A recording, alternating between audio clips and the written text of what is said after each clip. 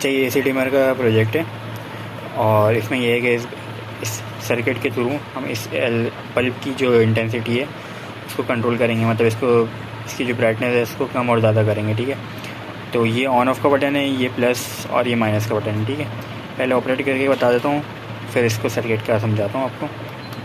ठीक है, ये बटन से मैंने इसको ऑन कर दिया और इस बटन से मैं इसको ऑफ़ भी कर सकता हूँ। ठीक है, तो ऑन कर दिया। अब ये है कि इस बटन से मैं इसकी ब्राइटनेस जो है अगर बढ़ा के रखूँ तो ये कंटिन्यूसली बढ़ती रहेगी। ठीक है, ये फुल हो गई है और इससे जो है ये इस बटन से ये कम होगी। ठीक है, ये कम होगी। तो इस तरह से ये ऑन से ऑफ़ कर सकता हूँ मैं और सेम ब्राइटनेस पे ये दोबारा ऑन हो जाएगा। ठीक है, अब जो है सर्किट थोड़ा समझा देता हूँ। ये हमारी इनपुट है जो कि 220 की इनपुट है। ठीक है, यहाँ पे हमने एक फ्यूज़ इस्तेमाल किया हुआ है। यहाँ पे हमारा एक फ्यूज़ है, ये हमारी एक पावर सप्लाई है जो कि इस सर्किट को पावर अप कर रही है, 5 वोल्ट की सप्लाई है। ठीक है, ये आर्डिनो प्रो मिनी है।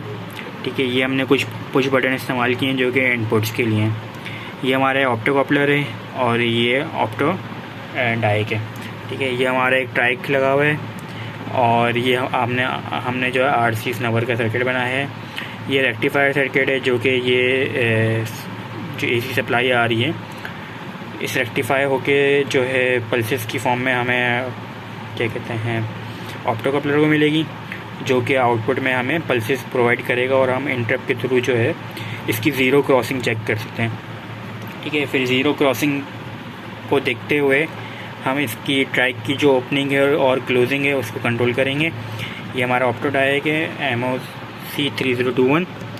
ठीक है, और ये 4N25 ऑप्टो कपलर है। ये BT12 मैंने ट्राइक इस्तेमाल किया हुआ है।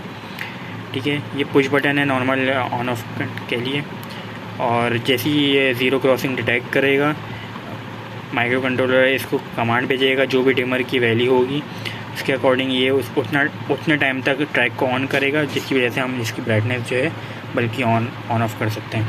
असल में ये है कि साइन वेव जो आ रही होती है, साइन वेव की ऑन और ऑफ टाइम आता है। तो ये हमारी ये फॉर एग्जांपल ये एक साइन वेव है।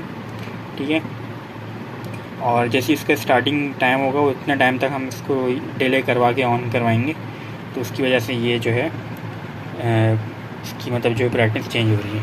ठीक है, इसके आगे हम मोटर भी AC मोटर भी लगा सकते हैं और कोई और भी लोड लगा सकते हैं, लेकिन रेजिस्टिव लोड हो या इंडक्टिव लोड हो।